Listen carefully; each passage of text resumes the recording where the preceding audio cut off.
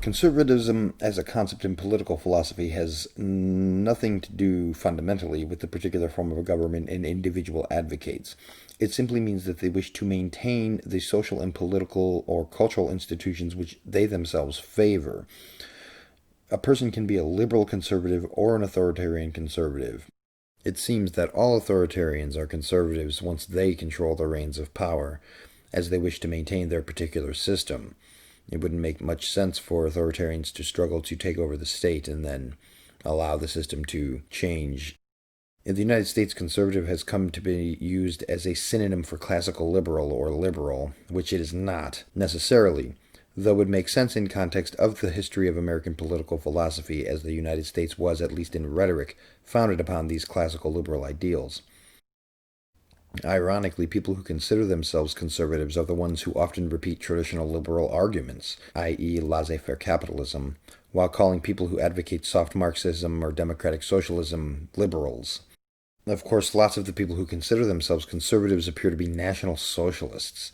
So really the only two major choices as presented by the mainstream these days, it seems, are varying Marxists or national socialists, both of which are inherently authoritarian. If you look into conservatism a little bit on Wikipedia, you see that it is broken down into various currents.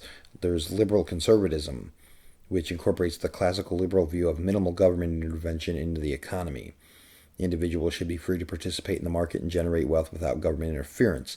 That's what Republicans today, and for quite some time, think that they are. They've definitely drifted away from that idea recently and drifted more into the authoritarian and, dare I say, even fascist elements of so-called national conservatism, though it doesn't seem to be much based on race or ethnicity for a lot of the people that I have encountered. It's mostly just an economic nationalism.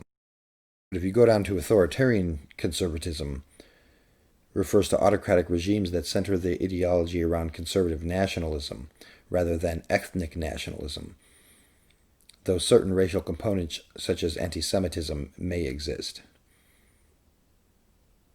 Authoritarian conservative movements show strong devotion towards religion, tradition, and culture, while also expressing fervent nationalism akin to other far-right nationalist movements, though I would say personally that I don't think a strong devotion towards religion in it of itself is a fundamental element of this.